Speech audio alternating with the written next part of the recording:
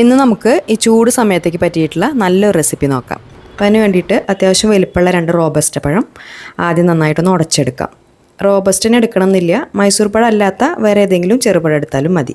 എന്നിട്ട് പഴം ഇതുപോലെ നന്നായിട്ടൊന്ന് അങ്ങോട്ട് ഉടച്ചെടുത്തതിന് ശേഷം പിന്നെ അതിലേക്ക് കുറച്ച് ഫ്രൂട്ട്സാണ് ചേർത്ത് കൊടുക്കുന്നത്. നമ്മുടെ കയ്യിലുള്ള പുളിയില്ലാത്ത നല്ല മധുരമുള്ള ഏതുതരം ഫ്രൂട്ട്സും ഇതിന് വേണ്ടിയിട്ട് എടുക്കാം.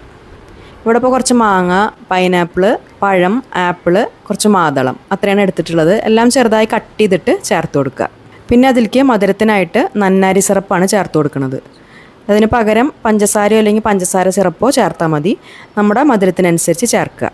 അതിനുശേഷം കുറച്ച് കുതിർത്ത കസ്കസും 2 ടീസ്പൂൺ കസ്കസ് വെള്ളത്തിൽ കുതിർത്തതും 1 കപ്പ് വരെ നല്ല തണുത്ത വെള്ളവും കുറച്ചധികം ഐസ് ക്യൂബ്സും ചേർത്തിട്ട് നന്നായിട്ടൊന്ന് അങ്ങോട്ട് മിക്സ് ചെയ്തെടുക്കുക. അപ്പോൾ അതിലെ ഫ്രൂട്ട്സൊക്കെ ചെറുതായിട്ടൊന്ന് അങ്ങോട്ട് ഉടയുന്ന രീതിയിൽ നന്നായിട്ടൊന്ന് അങ്ങോട്ട് മിക്സാക്കി എടുത്താൽ നല്ല ടേസ്റ്റി ആയിട്ടുള്ളൊരു ഫ്രൂട്ട് സർബത്ത് റെഡിയായി.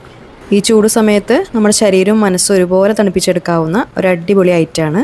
അപ്പോൾ എല്ലാവരും ഉണ്ടാക്കി നോക്കുക.